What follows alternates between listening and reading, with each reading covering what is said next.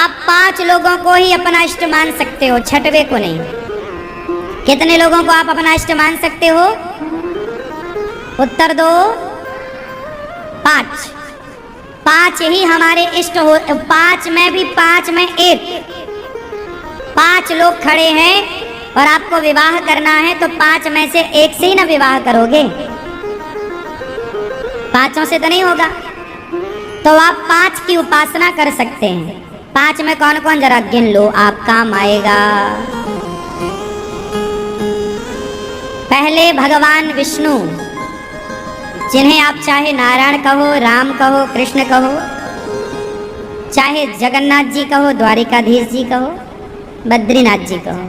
तो पहले भगवान श्रीमन नारायण विष्णु। दूसरा, अभी पूछूंगा मैं आप सबसे, आप चाहे सुनो मत सुनो, पूछेंगे तो बताना। पहले हमारे भगवान श्रीमन नारायण, दूसरे भगवान शिव। या तो आप भगवान नारायण को अपना इष्ट मान लें, या तो भगवान शिव को। शिव को बोला तो हनुमान जी भी आ गए, शिव का ही अवतार हनुमान जी। शिव मतलब 12 ज्योतिर्लिंग, शिव शंकर। तीसरा सूर्य भगवान, चौथे गणेश जी और 5वीं दुर्गा मैया। दुर्गा कह दिया तो जितनी शक्ति पीठें हैं, जितनी, चाहे दुर्गा में चाहे काली माँ हो, शारदा माँ हो, कामाख्या माँ हो, ज्वाला माँ हो, केला माँ हो, जितनी भारत की देवियाँ हैं, जो आपकी इष्ट देवियाँ हैं, सब कुछ इस 5 में आ गई हैं। तो ये 5 में ही आपके इष्ट होने चाहिए, छठवा कोई इष्ट नहीं हो सकता। ग्राम देवता हो, ग्राम देवता अलग होते हैं, ग्राम देवता अलग होते हैं, स्थान देवता अलग होते हैं, इष्ट अलग होते हैं, देवता अलग होते हैं, भगवान अलग होते हैं। ये सब जानकारी ना होने के कारण आप सनातनी लोग बड़े कंफ्यूज होते हैं। आपको लगता है हिंदू धर्म में इतने सारे भगवान हैं, इतने सारे भगवान नहीं हैं, भगवान एक है। जैसे हाथ एक है, लेकिन एक हाथ में उंगलियां 5 हैं, उसी तरह ईश्वर एक है, उस एक परमात्मा के 5 स्वरूप हैं, जिसे पंचदेव कहते हैं, जो मैंने अभी नाम बताए। इन 5 में किसी एक को, जिनसे आपका प्रेम हो, आप उन्हें अपना इष्ट कह सकते हैं। इष्ट कौन देता है? अच्छा, यहाँ एक बात और बता दूं, इष्ट अपने मन से नहीं बनाया जाता। आप सोचो कि मैं राम को अपना इष्ट मान लूं, मैं शंकर जी को अपना इष्ट मान लूं, मैं दुर्गा जी को अपना इष्ट मान, ना, मन से नहीं होता। फिर इष्ट कौन देता है? इष्ट जो होते हैं, देखो, एक तो होते हैं आपके कुल देवता। ये जो कुल देवता होते हैं ना, ये आपके बाप दादों से प्राप्त होते हैं कुल देवता, वो परंपरागत चलते हैं। फिर होती हैं कुल देवियाँ, वो कुल देवियाँ भी बाप दादों से चली आती हैं। जो बाप दादों की कुल देवियाँ हैं वही आपकी माननी पड़ेंगी, जो आपके बाप दादों के कुल देवता हैं वही आपके कहलाएंगे। तो कुल देवता कुल देवियाँ तो परंपरागत चलती हैं। पर इष्ट कैसे होते हैं? कौन देता है इष्ट? कुल देवता तो पिता देता है, माता पिता ने बताया कि बेटा तुम्हारे कुल देवता ये हैं, हमारे बाद तुम इनकी पूजा करना। तो आप लोगों के कुल देवताओं की पूजा कैसी होती है? साल में एक बार होती है ना। आप लोग देसी घी की पूड़ियाँ बनाते हैं, गुड़ और नारियल का प्रसाद चढ़ाते हैं और फिर वो प्रसाद वहाँ परिवार के लोग पाते हैं। ऐसे हमारे यहाँ की परंपरा है, आपके यहाँ की कुछ भिन्न हो सकती है। आपके यहाँ कुल देवताओं की पूजा होती है साल में 1 बार कि 4 बार? साल में एक कुल देवताओं की पूजा, साल में पूजा तो हमेशा हो सकती है, पर जो बड़ी पूजा विशेष होती है वो कुल देवताओं की साल में 1 बार होती है। कुल देवियों की पूजा भी 1 बार। उस देवी की पूजा में हम लोग सवा सवा का प्रसाद चढ़ता है। सवाया क्या चढ़ता है? सवाया प्रसाद चढ़ता है। 1.25 किलो, सवा रहेगा, 5.25 किलो, 10.25 किलो, 20 किलो, 1.25 किलो, है ना, ऐसा। फिर वो प्रसाद परिवार के लोग ही पाते हैं, दूसरा कोई नहीं पाता, जो कुल देवताओं का प्रसाद होता। आप लोगों के यहाँ ऐसी मान्यता परंपरा है या नहीं? किस किस क्या ये कुल देवताओं वाली परंपरा है? आपके यहाँ भी देसी घी की पूड़ी का भोग लगता होगा? नहीं लगता? काय का लगता है? आपके कुल देवता हैं, काय का भोग लगता है उनको? हैं? करते नहीं है? काहे नहीं करते? अरे श्राद्ध तो पितरों का होता है साहब, श्राद्ध अलग विषय। श्राद्ध तुम्हारे पितरों का है, माता पिता परदादा परदादी श्राद्ध होता है। कुल देवता अलग होते हैं, कुल परंपरा। हमारे कुल देवता श्री बाबा साहब भगवान राम हैं। हमारे कुल देवता बाबा साहब भगवान श्री राम। बाबा साहब मतलब जब भगवान राम दुल्हा बन के जा रहे थे ब्याह करने, तो हमारा शांडिल्य गोत्र है। हमारा दास अनिरुद्ध का गोत्र क्या है? शांडिल्य। आपका गोत्र क्या है? हाँ, शांडिल्य गोत्र हमारा है। तो जब राम जी दुल्हा बनकर गए तो राम के उस दुल्हा वाली छवि को कुछ लोगों ने देखा, हमारे पूर्वजों ने देखा, शांडिल्य गोत्र वालों ने देखा और राम की वो दुल्हा वाली छवि अपने चित्त में बसा ली और उस छवि को ही, अपने राम को ही, उस छवि को कुल देवता मानकर राम की पूजा ही करने स्टार्ट कर दी। वही हमारे कुल देवता हैं। हमारे कुल देवता बाबा साहब मतलब श्री राम, जो साल में एक बार हम लोग पूजा करते हैं। आपके कुल देवता अलग हो सकते हैं सबके। हम आप में से बहुत लोगों के कुल देवता बाबा साहब हो सकते हैं। जो हमारे शांडिल्य गोत्र वाले हैं उन सबका पूरे भारत में वो कहीं भी होंगे तो उनके कुल देवता बाबा साहब ही होंगे। गोत्र पासवर्ड है, इसलिए कुछ भूलो भैया, गोत्र ना भूलना। आपका गोत्र क्या है? हैं? हाँ, वंशल। आप अपना गोत्र, आपके गोत्र के ऋषि कौन है ये याद रखिएगा और ये गोत्र परंपरा अपने बच्चों को जरूर बताइएगा। अपने देखो, तुम लोग ना अपने बच्चों को क्या देते हो? बेटा संपत्ति ले जा, बेटा ये सोना चांदी बांट ले। अरे ये भी तो बताओ कि बेटा ये तुम्हारे कुल देवता हैं, इनकी पूजा करना। बेटा पूजा ऐसे करना है इनकी, साल में एक बार ही तो करना होता है। चलो तो कुल देवता जो होते हैं वो अलग होते हैं, जो पितर होते हैं वो अलग होते हैं और जो इष्ट होते हैं वो अलग। अब इष्ट कौन है? अब मैं बताता हूँ इष्ट कैसे दिए जाते हैं और लिए जाते हैं। इष्ट कौन देता है? इष्ट देते हैं गुरु। इष्ट कौन देते हैं? गुरु। गुरु क्यों बनाते हैं? जब तक गुरु जी नहीं बनाओगे तब तक आपके कोई इष्ट नहीं होंगे। आप मान लो कि कृष्ण मेरे इष्ट हैं तो मान लेने से नहीं होगा। क्यों मान लेने से नहीं होगा? छोटी लड़की होती है ना, वो खेल खेल में माँ को मांग भरते देखती है ना, तो मांग उसकी वो भी भर लेती है मांग, मैं भी सजूंगी माँ की तरह। वो भी लिपस्टिक लगा लेती है पूरे गालों में, छोटी गुड़िया, और वो भी मांग भर लेती है। उसको लगता है माँ भरी है ना, मैं भी भरूंगी। क्यों? छोटी छोटी बच्चियां मांग भर लेती हैं कि नहीं माँ को देख देख के? हाँ या ना? अब बताओ, उस भरी हुई मांग का कोई अर्थ है? क्या कोई ये कहेगा कि इसकी शादी हो गई? कोई नहीं कहेगा। वो तो खेल खेल में बच्चे भर लेते हैं। मांग कौन देता है? सिंदूर कौन देता है? पति। पति जब तक मंडप के नीचे विधि विधान से मांग ना भरे तब तक आपका विवाह ना माना जाएगा।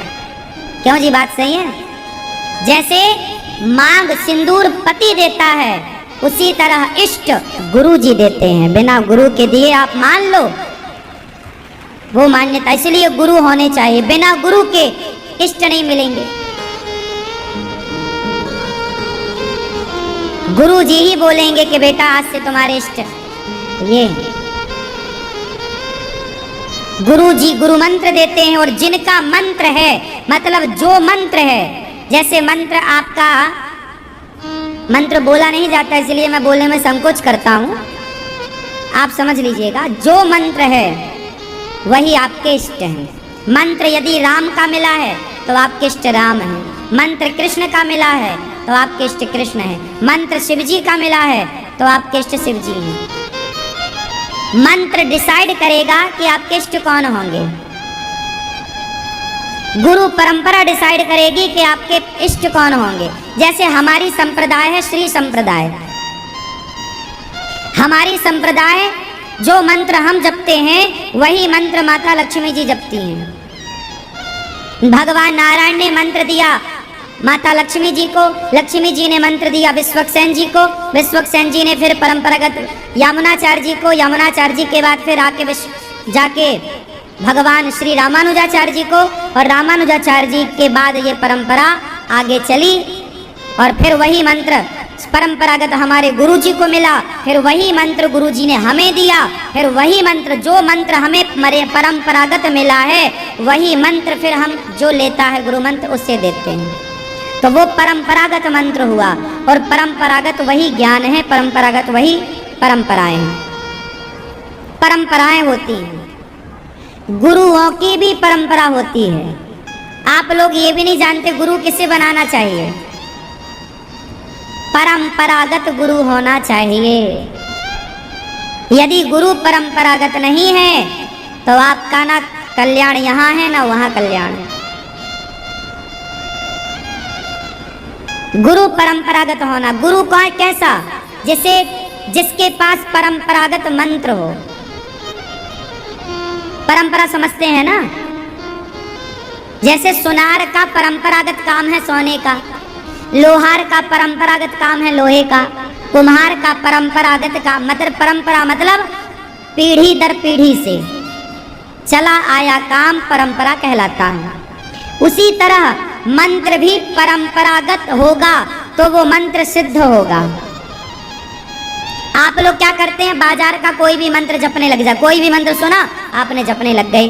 कोई भी मंत्र नहीं जपा जाता, मंत्र गुरु मुख होना चाहिए। जब तक मंत्र गुरु मुख नहीं होगा तब तक उसका प्रभाव नहीं होगा। बात समझ में आई? भाई काखा गाघा तो बाजार में पहाड़ा मिलता है, उठा के पढ़ लो। फिर बच्चों को स्कूल क्यों भेजते हो? भाई प्रिंसिपल मास्टर का बेटा भी वो तो मास्टर है ना, सब बच्चों को पढ़ाता है, तो अपने बेटे को स्कूल क्यों भेजता? घर पे ना पढ़ा लिखा ले। क्यों भेजने के? बिना स्कूल के वो ज्ञान नहीं होगा जो चाहते हैं आप। हाँ या ना? बस यही है परंपरा। परंपरा हमारी परंपरा है रामानुजाचार्य परंपरा, ऐसी रामानंदाचार्य परंपरा, निम्बार्क परंपरा, मध्वाचार्य परंपरा, ऐसे 4 वैष्णव होते हैं। शैव्य परंपरा, आद्य शंकराचार्य जी की परंपरा, 4 वैष्णव होते हैं, 4 मुख्य परंपराएं हैं। फिर 4 की शाखाएं अलग हैं, शैव्य संप्रदाय अलग है। तो ये परंपराओं का ज्ञान यदि आप लोगों को है तो बहुत अच्छी बात है। भारत में रहते हो, इन परंपराओं के बारे में जानो। हमारे आचार्य हैं श्री रामानुजाचार्य जी, ये सामने आप चित्र देख रहे हैं, श्री रामानुजाचार्य जी। इनका शरीर 1000 साल पहले पूरा हो चुका है, लेकिन आश्चर्य मानेंगे कि इनका शरीर आज भी दक्षिण भारत में गोदावरी नदी के तट पर, आपने नाम सुना होगा श्रीरंगम, श्रीरंगम भगवान वो विराजे हैं, वो वहाँ पर, वो वहाँ पर श्री रंगनाथ भगवान, वो मंदिर, वो वहाँ दर्शन कर सकते हैं आप। वो रंगनाथ जी हैं, टीवी पे आप देखिएगा। अब ये देखो, ये जो रंगनाथ भगवान है, ये रंगनाथ भगवान है। तो श्री रंगम में रंगनाथ भगवान के मंदिर में आज भी रामानुजाचार्य जी का जो 1000 साल पुराना शरीर है। अब आप मुझे बताओ कि क्या किसी का शरीर 100-200 दिन तक रह सकता है? पर आश्चर्य मानो आप, 1000 साल पहले शरीर पूरा हुआ, आज भी उनका शरीर जस का तस रखा है और आप और हम लोग जाके दर्शन कर सकते हैं, सबके लिए सुलभ है रामानुजाचार्य जी का शरीर। ये आचार, यही तो शक्ति है